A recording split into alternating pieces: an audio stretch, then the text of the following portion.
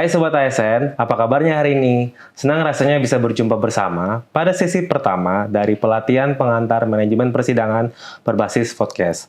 Saya, Gideon Tobing, Widya Suara Ahli Pertama, akan memfasilitasi pembelajaran kita hari ini. Tentu saja saya tidak sendirian loh Sobat ASN, telah hadir bersama-sama dengan kita, seorang narasumber yang memiliki pengalaman yang banyak dan juga merupakan expert di bidang persidangan, yaitu Bapak Dr. Andus Ahmad Budiman, MPD. Halo Pak Budiman, terima kasih sudah bergabung Bapak. Terima kasih. Mungkin perkenalan sedikit Bapak.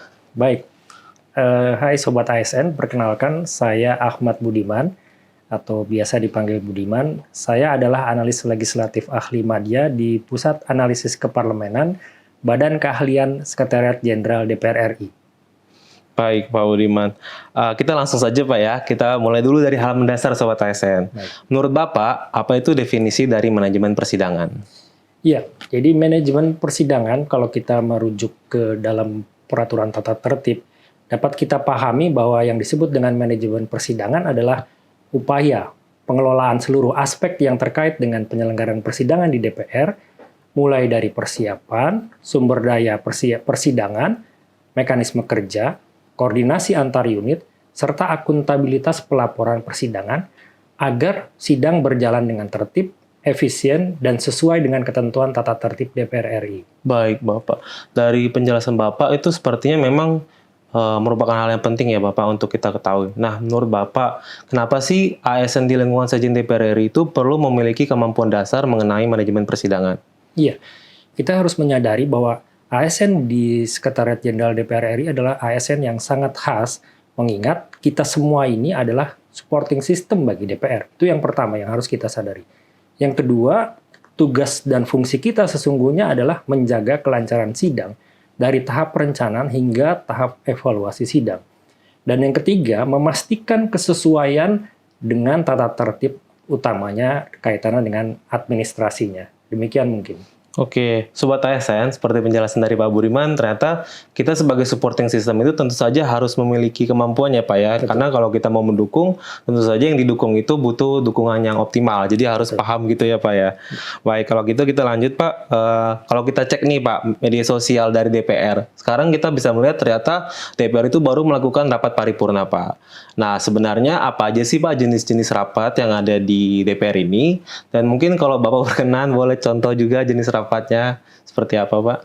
Baik, kita dapat melihat secara lengkapnya di Peraturan Tata Tertib DPR ya. Dapat saya sampaikan sebagai berikut, yaitu rapat paripurna luar biasa, rapat pimpinan DPR, rapat konsultasi, rapat BAMUS, rapat komisi, rapat MKD, rapat BKSAP, rapat BAKN, rapat Badan Anggaran, rapat Badan Legislasi, rapat Gabungan Komisi, rapat BURT, rapat BAM, rapat Panitia Khusus, rapat Panitia Kerja, rapat Kerja, rapat Dengar Pendapat atau rapat Dengar Pendapat Umum, dan rapat fraksi.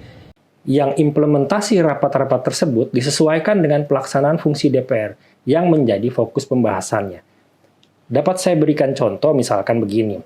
Pada saat rapat paripurna, tentunya rapat dimaksud adalah mengambil keputusan akan apa yang telah dilakukan di alat kelengkapan. Itulah diselenggarakan rapat paripurna untuk diambil keputusan secara kelembagaan. Atau rapat kerja di komisi dalam rangka pelaksanaan fungsi pengawasan. Dimaksud untuk mengambil keputusan dari pembahasan atau persoalan yang terjadi di setiap mitra kerjanya. Nah, itulah merupakan contoh-contoh dari pelaksanaan rapat-rapat di DPR yang tentunya masih banyak lagi contoh-contoh lainnya yang ada di DPR. Wah, baik. Ternyata Sobat ASN tidak hanya rapat paripurna aja loh. Ternyata tadi juga ada beberapa jenis contoh lainnya. Baik, Pak. Jadi sebenarnya ini kan kita sering mendengar tuh, apalagi saya terutama sebagai orang baru di sini, mendengar kata rapat, mendengar kata sidang. Sebenarnya menurut tata tertib DPR, apa sih Pak itu yang dimaksud dengan rapat, apa yang dimaksud dengan sidang? Iya, kembali lagi kalau kita merujuk ke peraturan tata tertib, diatur mengenai apa itu masa persidangan. Jadi masa persidangan itu adalah atau meliputi masa sidang dan masa reses. Seperti saat ini kita sedang memasuki masa reses. Nah, di saat pembukaan tahun sidang, anggota DPR dan anggota DPD mendengar pidato Presiden dalam sidang bersama. Nah, itulah yang disebut dengan sidang bersama antara DPR dan DPD. Sedangkan rapat-rapat yang diselenggarakan di DPR, misalkan rapat paripurna atau rapat-rapat alat kelengkapan DPR. Nah, sedangkan karakter yang lain, yaitu rapat gabungan, itu biasanya dilakukan lebih dari 1 AKD. Baik, Bapak. Tadi kan Bapak membahas tentang rapat paripurna, berarti itu kan memutuskannya. Tentu saja sebelum memutuskan ada proses-proses sebelum itu. Nah, mohon mungkin Bapak bisa menjelaskan bagaimana sih alur sebuah persidangan di DPR itu sendiri? Ya, ini diawali dengan adanya surat masuk ke DPR. Lalu surat masuk itu ditindaklanjuti oleh Badan Musyawarah untuk diagendakan dan dibahas di rapat paripurna. Nah, di rapat paripurna itulah surat-surat tersebut dibacakan. Lalu kalau surat tersebut sudah dibacakan, maka rapat paripurna akan meneruskan ke Badan Musyawarah untuk menugaskan ke alat kelengkapan yang akan melakukan pembahasannya. Nah, di alat kelengkapan itulah surat ataupun bidang masalah tersebut dibahas. Bila sudah selesai di alat kelengkapan dan memerlukan pengambilan keputusan di DPR, maka disampaikan kembali ke Badan Musyawarah untuk diagendakan dan diambil keputusannya di rapat paripurna. Nah, ini semua diantaranya dapat saya berikan contoh ketika pelaksanaan fungsi legislasi. Pengusul menyampaikan usulannya terlebih dahulu ke Badan Legislasi untuk dilakukan harmonisasi atas RUU usul inisiatifnya. Kemudian, bila setelah selesai dilakukan pengharmonisasiannya, maka pengusul dapat menyampaikan surat usulannya ke BAMUS. Dan BAMUS akan mengagendakan untuk dibahas di rapat paripurna. Bila rapat paripurna menyetujui RUU tersebut menjadi RUU usul inisiatif DPR, maka diteruskan kembali ke BAMUS, dan BAMUS akan menugaskan AKD yang akan melakukan pembahasan.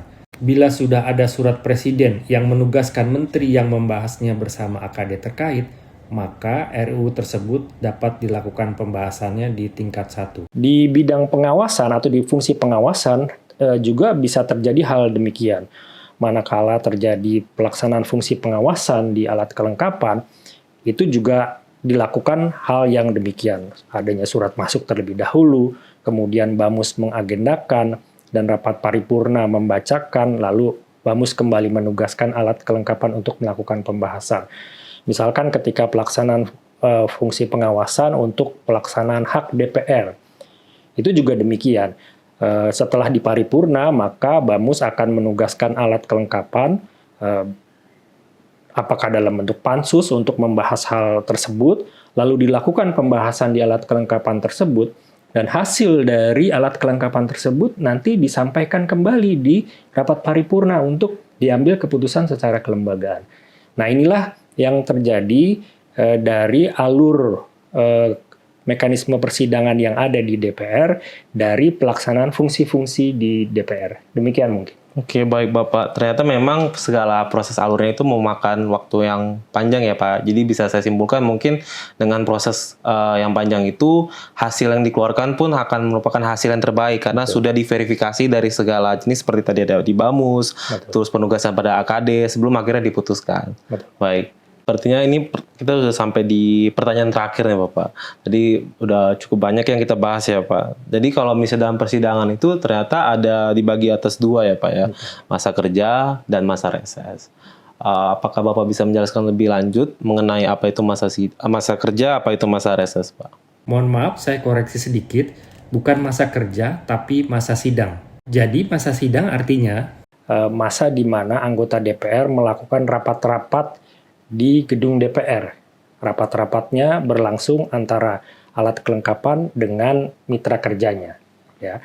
Pembahasannya dilakukan di alat kelengkapan atau juga dilakukan di paripurna DPR. Sedangkan masa reses adalah masa di mana anggota DPR melakukan kunjungan ke daerah dalam rangka pelaksanaan tugasnya dalam forum rapat-rapat untuk mendengarkan atau memantau realita dari pelaksanaan kebijakan pemerintah, juga mendengarkan aspirasi masyarakat. Jadi itu mungkin adalah hal yang membedakan antara masa sidang dan masa reses. Wah, menarik sekali Bapak. Karena kalau kita orang awam Bapak, kalau kita mendengar masa reses itu kesannya masa reses itu ternyata anggota DPR nggak kerja gitu. Tapi ternyata dari penjelasan Pak Budiman, Sobat ASN, ternyata anggota DPR itu juga melakukan rapat-rapat ya Bapak ya di luar. Jadi untuk memastikan program rancangan kerja aspirasi rakyat itu tetap didengar oleh para anggota-anggota dewan. Tidak terasa, kita telah berada di penghujung sesi pertama ini. Saya sangat berterima kasih kepada Pak Budiman telah hadir dan berbagi informasi. Tentu saja, ini Sobat ASN juga dapat informasi baru, pelajaran baru, di mana kita tadi telah membahas definisi dari manajemen persidangan sampai pada akhirnya tentang pembagian definisi dari masa kerja maupun masa reses. Untuk sesi pertama ini kita telah selesai. Jangan lupa untuk nonton sesi kedua tentang tahapan-tahapan lebih dalam tentang pelaksanaan persidangan itu sendiri. Terima kasih.